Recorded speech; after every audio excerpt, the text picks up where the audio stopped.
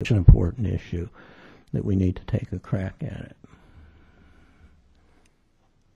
Adele and then John. I was on the subcommittee along with Mike and John. I don't disagree with you about the value of specificity. And I think that when we first started meeting in the subcommittee, that was our thought, and that's why we ended up trying to get clarification from council about what they were looking for. And when we were told guidelines, in my mind, guidelines aren't specific. I'm not devaluing the value that would have. So I think we were responding to our charge, which has to be appreciated, that we were limited by that. Additionally, I was concerned that a lot of the citizens seemed to make comments that ignored a lot of the points that were already covered in the guidelines. Somebody brought up their concern about daycare facilities and schools and sex offenders, and that's already a North Carolina law that prohibits housing sex offenders within 1,000 feet of daycare facilities and schools, and we did note that. Another item that we listed as an important consideration was to explore alternative solutions, specifically for homeless shelters, in recognition of the IFC's preference for concentrating on transitional support services. I think we all recognize the terrible plight of homelessness, and I don't think the IFC wants to be in the homeless shelter business. They'd rather be working harder on the transitional mode. And whatever consideration could be given to homeless shelters as a separate entity is something that we recognize. But for now, this is the best that we have. As far as crime statistics go, I did a lot of research today, and the American Bar Association statistics on crime, I have a whole list here, but you're a lot more, people are in a lot higher peril from people that they know, whether it's family members or acquaintances or dates or friends. The percentages of crime committed by those kind of people is staggering. So, as George said, the unknown is something that a lot of people fear, and we don't expect our own family sometimes to hurt us, but that is a lot more dangerous. Another item that I came upon was, of course, that homeless people themselves are the victims of hate crimes. They've been set on fire, they've been beaten, and they can be victims too. A lot of people seem to be concerned about who the homeless are. Veterans comprise 20% of our homeless population, which I find to be an incredibly sad statistic. So, and there was a very similar situation about a homeless shelter being established in New York City, which I know is not at all like Chapel Hill. But the New York City Police Department, certainly with a lot of resources, was unable to provide statistics marking any correlation between homeless service centers and rising crime. So I certainly would have no problem trying to come up with more specifics if that's what the council would think would be helpful. I think I agree with George, of course, about the comprehensive plan. I think being specific always does make life much easier. So if we could somehow refine some of the considerations, with a little bit more specificity, that would be okay. But their essence covers it all, as far as I can tell. John. I wanted to speak to the teeth issue. We've had a discussion of these guidelines from Gilroy. The subcommittee looked at quite a wide range of different ordinances and guidelines and rules and regulations from all over the country. And with very few exceptions, those guidelines and ordinances were put together largely to prevent facilities from being located in a particular place.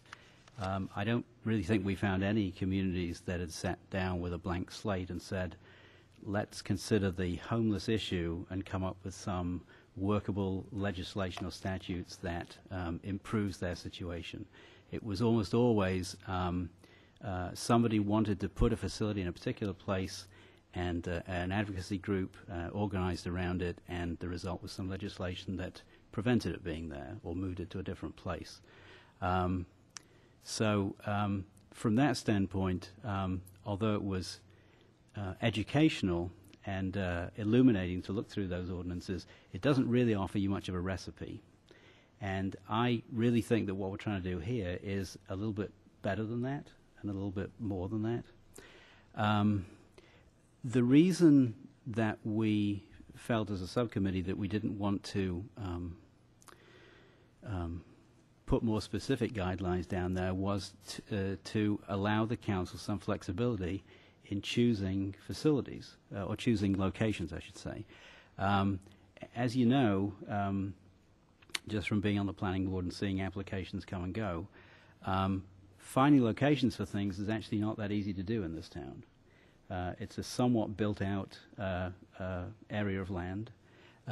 It's an area that there's been a lot of development on a topographically diverse place.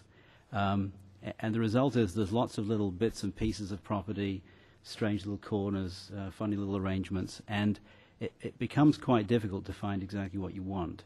So I think a lot of our thinking was that we wanted to the council to retain some kind of flexibility if in the future some general kind of facility was required and they found something that was close, but maybe it was not 1,000 feet but 925 feet from something. We would want them to have the flexibility to say, well, you know, with everything considered, this may be a little closer or a little further from something else, but overall this makes sense as a location. So we do realize that the things you're looking at look very vague, but I think there are some strong reasons for having flexibility built into it. So I wanted to kind of explain that. Make sense? Yeah, I think both Dell's comments and yours do make a lot of sense. I'm not, when I talk about specificity, I'm not talking about saying, you know, it has to be within X number of feet. But when I look at terms like proximity to public transportation, proximity is pretty vague.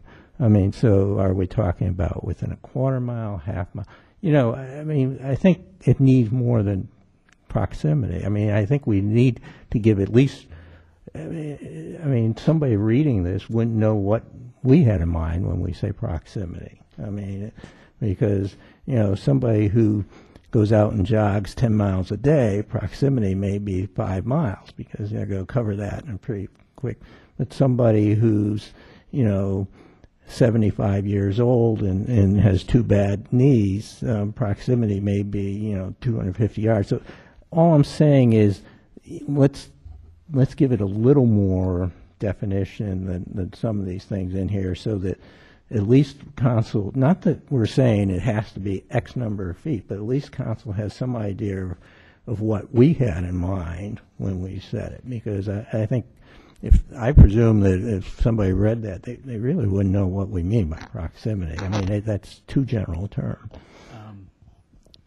Specifically on that point, I'm sure you know that Councilman Harrison, who's spoken on transportation issues quite a bit, He often quotes this guideline that people won't walk to a bus stop if it's more than a quarter mile Right. from where they start. Right. And I mean, that's been a town standard, so that's fine. So I mean, but we can put some things like that into play, because somebody else, he knows that, and having been on the transportation board, I know that, but somebody on the outside, a neighbor or somebody else who's reading this doesn't have the foggiest notion of what we mean. So all I'm saying is, if we are going to relieve some of the fear of the unknown, we have to make things a little clearer to people. James and then Mike. Just wanted to just cover a few points. Wanted to echo George's comments and Dale's as well as John's in regard to the teeth to this particular program and this initiative that we're trying to pull forward. But I do have one concern, is the fact that the metrics, I'm a metrics person. I would like to see more numbers in regard to what types of people are involved with the homeless shelters. What type of facilities are we looking at? Do we have 90% homeless, 10% mental, that sort of thing? I'd like to see more metrics in place. And then also I want to look at the solution to this whole problem is we need to end homelessness by actually coming up with a good, decent homeless plan. We need to do affordable housing. If the people are homeless, why are they homeless? Do we have any programs, comprehensive programs in place to assist these individuals to obtain housing? What are the reasons why they're homeless? I mean, do we have those particular programs in place? It seems to me like we need to really incorporate more nonprofits and other agencies in the area that can assist us with this. Maybe they might be statewide. Maybe we need to apply for grant monies and dollars to assist the homeless so that they won't be homeless in Chapel Hill. There's no reason why we should have this huge population of homeless people in Chapel Hill. It seems to me like if we did something on our own in terms of a township or a local municipality, perhaps maybe we can help end that plight of homelessness. And I just think that's the main thing that we need to look at, is just developing those matrix and just to see where we are and how we as a town can be effective to end homelessness. And so we won't have to have all these shelters all over town in our communities and in our neighborhoods. Mike? I just wanted to reply to James. Oh, All right. let- Yeah. Go ahead, Dale. Okay. The only thing I wanted to say, I couldn't agree with you more.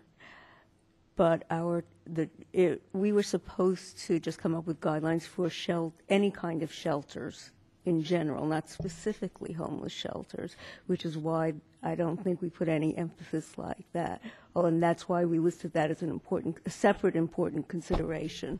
Right.